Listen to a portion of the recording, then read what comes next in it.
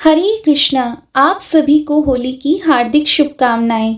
फाल्गुन माह में पड़ने वाला होली का त्योहार हिंदुओं का प्रमुख त्योहार है। होली बुराई पर अच्छाई की जीत के साथ ही रंगों का त्योहार भी है। होली पर सब एक दूसरे को रंग गुलाल लगाकर खुशियां मनाते हैं, लेकिन सोचने वाली बात यह है कि आखिर होली पर रंग लगाने की परंपरा कैसे शुरू हुई, यानी होली पर रंग क्यों खेलते हैं और होलिका दहन के दिन बच्चों के गले में होली हार या जिसे कहते हैं कंडियां क्यों पहनाते हैं। तो चलिए जानते हैं यह त्योहार क्यों मनाया जाता है। होली का त्योहार राधा कृष्ण से जुड़ा हुआ है। होली के दिन अबीर और गुलाल से होली खेलने का रिवाज बहुत पुराना माना जाता है। माना जाता है कि रंग गुलाल लगाने की यह परंपरा श्री राधा और श्री कृष्ण के प्रेम से जुड़ी हुई थी। कहते हैं कि भगवान श्री कृष्ण बचपन में अपनी माता यशोदा से अपने सांवले होने और राधा के गोरे होने की शिकायत किया करते थे।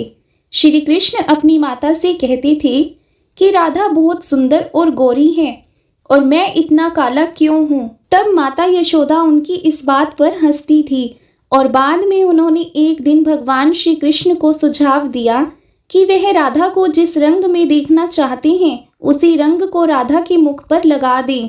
भगवान श्री कृष्ण को यह बात पसंद आ गई, क्योंकि श्री कृष्ण तो थे ही चंचल और नटखट, इसलिए वह राधा को तरह तरह के रंगों से रंगने चल दिए और श्री कृष्ण ने अपने मित्रों के साथ राधा और सभी गोपियों को जमकर रंग लगाया। जब श्री कृष्ण राधा और सभी गोपियों को तरह तरह के रंगों से रंग रहे थे तो नटखट श्री कृष्ण की यह प्यारी शरारतें सभी ब्रजवासियों को बहुत पसंद आई। माना जाता है कि इसी दिन से होली पर रंग खेलने का प्रचलन शुरू हो गया था और इसलिए होली पर रंग गुलाल खेलने की यह परंपरा आज भी चली आ रही है। होली पर एक दूसरे को रंग लगाकर लोग अपनी खुशी का इजहार करते हैं और इस त्योहार को पूरे हर्ष और उल्लास के साथ मनाया जाता है, क्योंकि हमारे जीवन में हर रंग की अपनी विशेषता होती है।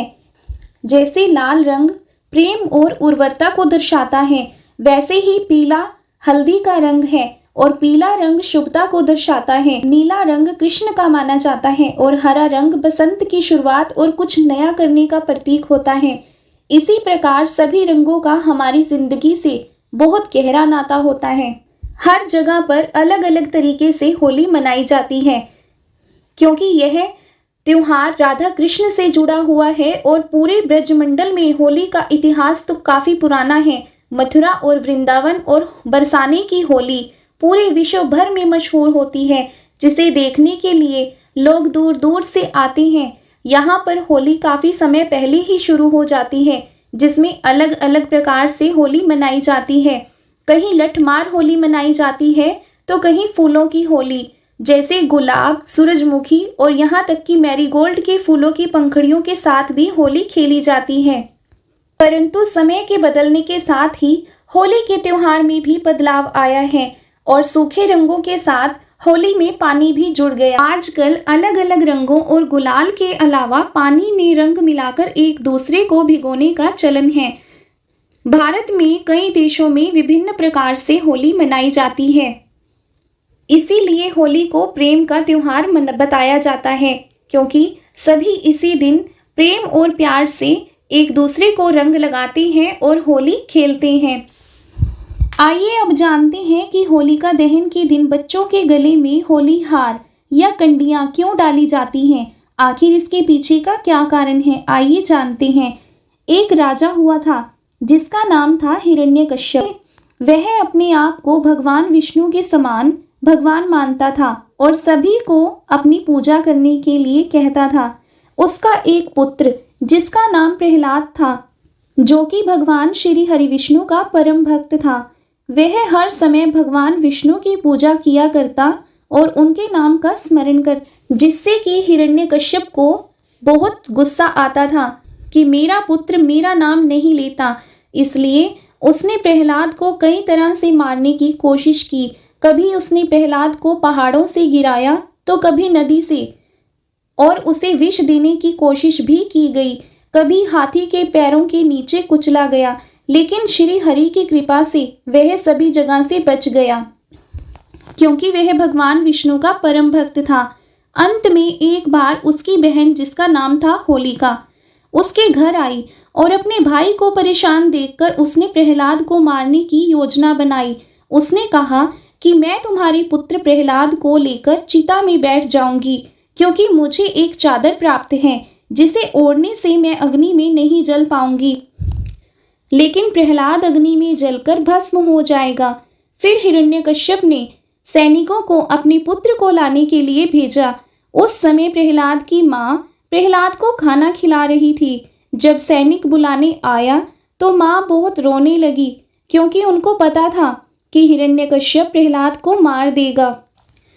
माँ ने प्रेम से बहुत सारा खाने का सामान, जैसे फल फ्रूट और सूखे मेवे की माला बनाकर प्रहलाद के गले में डाल दी और बोली कि जहाँ भी तुम्हें भूख लगे इसे खा लेना। तो इस प्रकार उस फल और सूखे मेवे की माला को गले में पहने ही प्रहलाद होलिका की गोद में बैठ गया था। होलिका के ऊपर तो वह चादर थी, परंतु भगवान श्री हरि की कृपा से वह चादर प्रहलाद के ऊपर आ गई, जिसके कारण होलिका तो जल गई, परंतु प्रहलाद को कुछ भी नहीं हुआ। भगवान श्री हरि विष्णु और माँ के आशीर्वाद से वह बच गया। इसीलिए तभी से यह परंपरा चली आ रही है कि माँ अपने बच्चों के लिए, होलिका के लिए और भगवान श्री कृष्ण के लिए यह खाने की चीज़ों का हार बनाकर उनको पहनाती हैं, जिसमें वह बच्चों की पसंद की चीज़ें जैसे टॉफ़ी, चॉकलेट, बिस्किट, फल, मेवे, मिठाइयाँ आदि डालकर होली हार या कंडियाँ बनाती हैं, जिससे बच्चे भी बहुत खुश हो जाते हैं। और प्रहलाद के बचने की खुशी में अगले दिन प्रजा के लोगों ने रंगों के साथ होली मनाई। तब से भी यह परंपरा चली आ रही है। तो यह थी आज की वीडियो। यदि आपको जानकारी अच्छी लगे तो प्लीज़ लाइक, शेयर, सब्सक्राइब ज़रूर करें। जय श्री हरि विष्णु।